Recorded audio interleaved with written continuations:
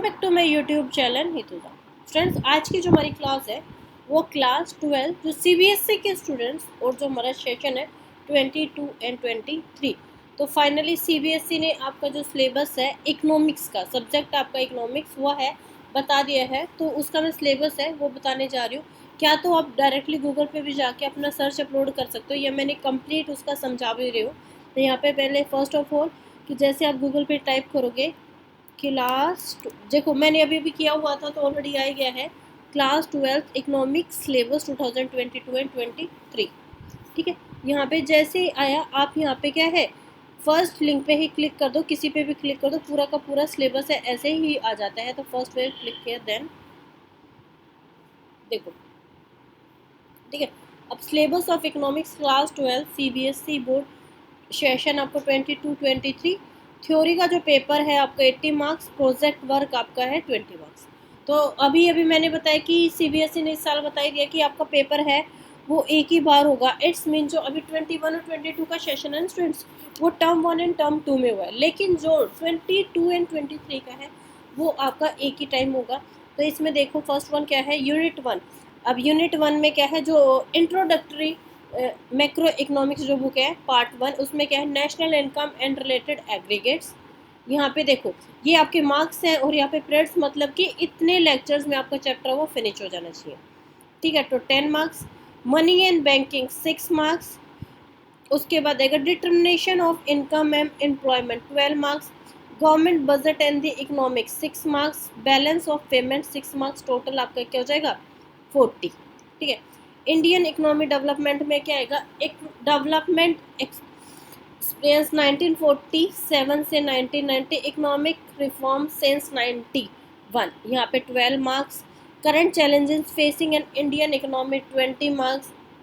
Indian experiences of the India A comparison with the neighbours, मतलब जो आपके neighbouring जो कंट्रीज हैं वो 8 मार्क्स। मतलब दोनों बुक्स हैं जो आपकी इंडियन इकोनॉमी और जो इंट्रोडक्टरी मैक्रो इकोनॉमिक्स है ना, दोनों ही आपकी 40 है। तो टोटल हो गया आपका 80। देखो यहाँ पे भी लिखा गया थ्योरी पेपर 40 + 40 80 मार्क्स। ठीक है, और लेक्चर्स कितने लेक्चर्स में फिनिश हो रहा है वो 200 में।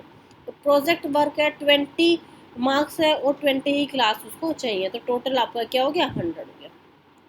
तो आई होप कि यहाँ तक क्लियर हो गया होगा। अब यहाँ पे क्या है, बिल्कुल है ये देखो, जो ये फर्स्ट यूनिट थी ना वो एक्सप्लेनेशन में देखो यहाँ पे है। अब देखो national income and related aggregates, देखो what is the macro economics, basic concept of macro and consumption goods, capital goods, final goods, internet goods, stock flow, gross investment and depreciation.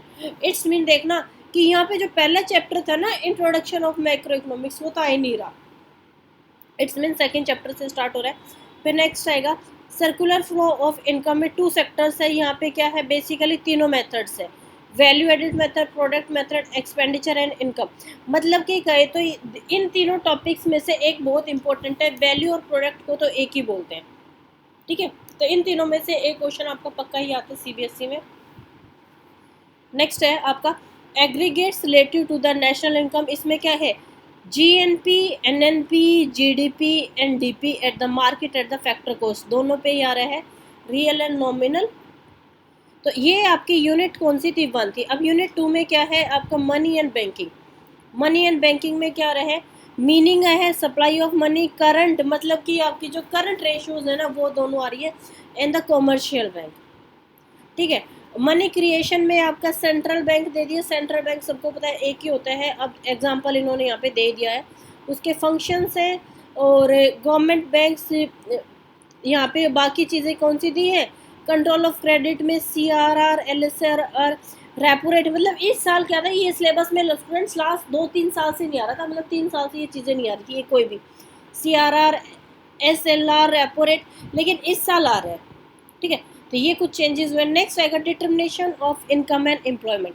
तो aggregate demand and its components, consumption, फिर short equilibrium output, meaning of full employment, involuntary unemployment, या फिर problem of abscess. यहाँ पे ये चीज़ें कि students मैं बस एक सब टॉपिक्स के नेम में बता रही हूँ क्योंकि अदरवाइज बहुत लंबी क्लास हो जाएगी। फिर नेक्स्ट आ जाता है आपका यूनिट 4 है government budget and the economy.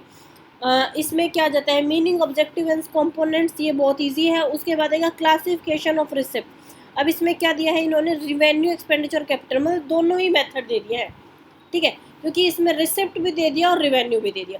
अब measures of the government deficit में क्या है, रिवेन्यू, फिजिकल और प्राइमरी, तीनों दिया, रिवेन्यू, फिजिकल और प्राइमरी।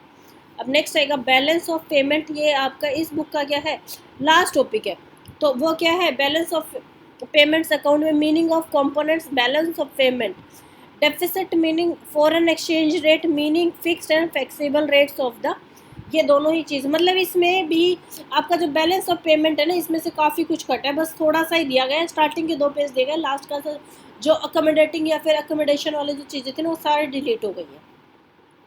तो ये तो स्टूडेंट्स आपकी जो बुक है 1 है उसमें से आ गया। सेकंड आपका आ गया इंडियन इकोनॉमी डेवलपमेंट। अब इंडियन इकोनॉमी में क्या है, first chapter brief introduction to the state of the Indian economy eve of the independence, it's mean, ये पूरा चैप्टर ही आ रहा है, इसमें से कुछ भी डिलीट नहीं हुआ।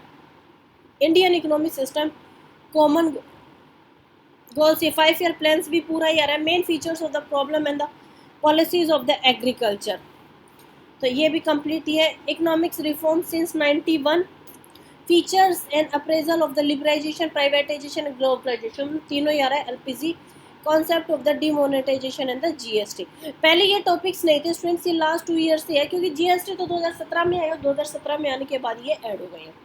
ये अकाउंटेंसी स्टूडेंट्स 11th क्लास में भी ऐड हो गए।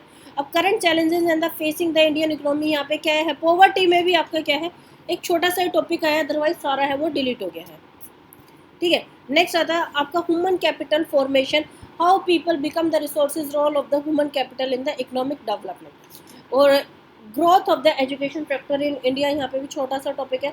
रूरल डेवलपमेंट में keys issues, credit and marketing, role of the cooperative agriculture and next है आपका employment growth and changes in the work force, participation rate in the formal and informal sectors. Infrastructure में क्या है, meaning and types, case studies, energy and health problems and the policies and critical assessment. Sustainable economic development में meaning, effects of the economic development on the resources and environment included the global warming. Next unit 8 है आपकी आपका जो ये एक ही है कि इस चैप्टर में क्या आएगा, जब आपका कंपैरिजन जो चीज़ दे दी है वो क्या है, नेबरिंग कंट्रीज़ के साथ, इंडिया एंड पाकिस्तान के साथ, ये उन्हीं का दोनों का है। और डेवलपमेंट इंडिकेटर्स, ये हो गया आपका 8th यूनिट। तो दोनों ही बुक्स 40 मार्क्स की आ गई हैं। लास्ट में दे दिया आपका प्रोजेक्ट एंड इकोनॉमिक्स, ये आपका 20 मार्क्स का। तो आई होप कि स्टूडेंट्स ये बहुत अच्छे से क्लियर हो गया होगा।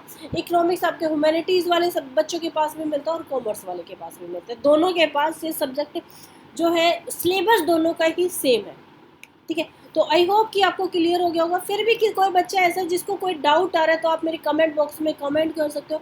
और स्टूडेंट्स अगर आप मेरी वीडियो को फर्स्ट टाइम देख रहे हो please like, subscribe and share this. Thank you, have a nice day. Next class में एक नई वीडियो के साथ, और जैसे भी कोई भी नई अपडेट आती है फ्रॉम CBSE या कोई भी, मतलब तुम्हारे करंट के लिए, वैसे ही मैं एक नई अपडेशन के साथ आऊँगी। Thank you, have a nice day.